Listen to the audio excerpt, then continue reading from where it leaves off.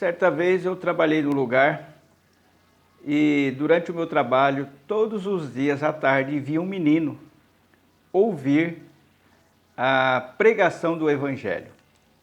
Eu trabalhava numa mecânica e eu estava debaixo dos carros e começava a falar das coisas de Deus para ele.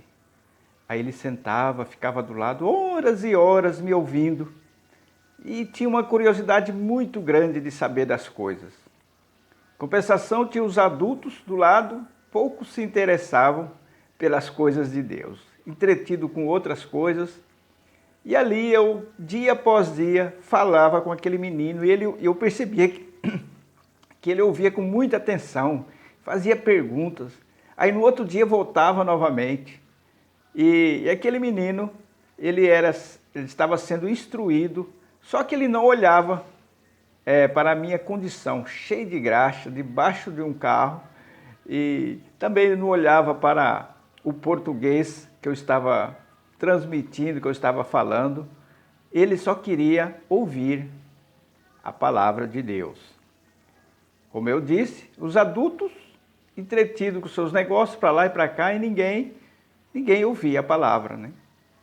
E aí eu me lembrei desse texto aqui de Marcos capítulo 10, versículo 15, que diz assim: em verdade vos digo que quem não receber o reino de Deus como criança, de maneira nenhuma entrará nele. Por que Jesus falou que quem não receber o reino de Deus como criança não entrará nele? Porque a criança não tem malícia, ela não tem malícia, ela não tem ainda aquela maldade. E ele voltava, o menino chegava da escola, já ia lá ouvir, né, as histórias que eu tinha que contar da palavra. E enquanto que o adulto, e quanto mais o adulto tem estudo, nível cultural, menos ele vai nos ouvir. Eu percebi isso, percebo aqui nas redes sociais. E aí quando eles ouvem, ele já começa a observar ou a aparência ou o modo de falar. Então o evangelho ele tem que ser ouvido sem restrições, sem pré-julgamento. Por isso que a palavra de Deus fala que se não ouvir como criança, com aquela pureza, não vai conseguir a palavra entrar na pessoa para ela ser salva.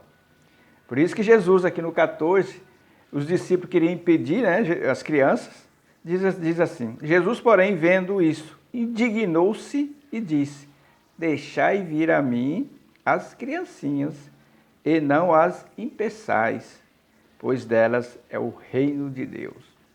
Quando você ouve a palavra de Deus ou alguém falando, eu aprendi essa lição às duras penas, porque quando alguém vem com a palavra de Deus, a primeira coisa que nós adultos fazemos é olhar aquela aparência da pessoa.